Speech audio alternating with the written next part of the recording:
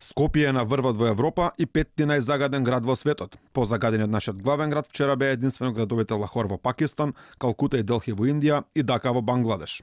Истата позиција градот Скопје држи денеска, кога сме единствен европски град во првите 10 светски најзагадени. И покрај сончевиот ден со нешто повисоки температури од вообичаените, бројките од мерните станици повторно се загрижувачко високи, барем на оние мерни станици кои работат. Во Лисиче и Газибаба тие се надвор од употреба веќе подолг период. Директорот на првата детска амбасада во Македонија Медјаши, Драги Змјанат за Алфа, вели дека децата имаат право на чист воздух и дека државата мора да преземе нешто да ги заштити.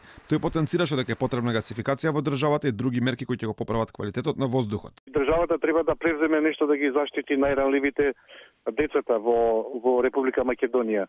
Она што нас не загрижува, не постои безбедно ниво на загаденост. Имено дозволена е висока концентрација на PM10 и PM2,5 на микрограми на метар кубен. Не само децата и возрастните. Годишно умираат во Македонија околу 3000 луѓе поради заболување предизвикани од загадениот воздух.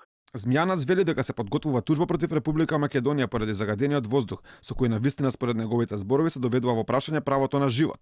Болниците во Република Македонија се 3 пати повеќе зголемен број на присуство на деца со респираторни проблеми и белодробни заболувања.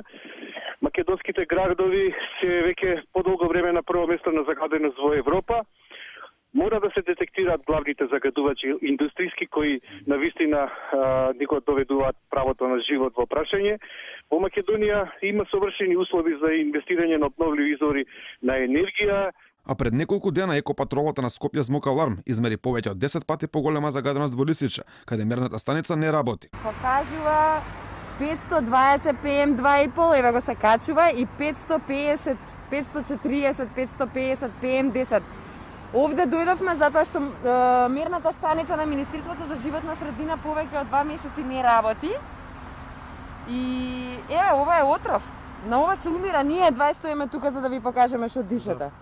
Екологистите и невладините бараат и прогласување на употреба на итни мерки, доколку 2 дена последователно ПМ частичките се над 50, а според сегашната законска регулатива итни мерки се превземаат, доколку на 2 мерни станици, 2 дена еден по друг, ПМ частичките се над 200. Минатата година мерките беа активирани само 2 пати.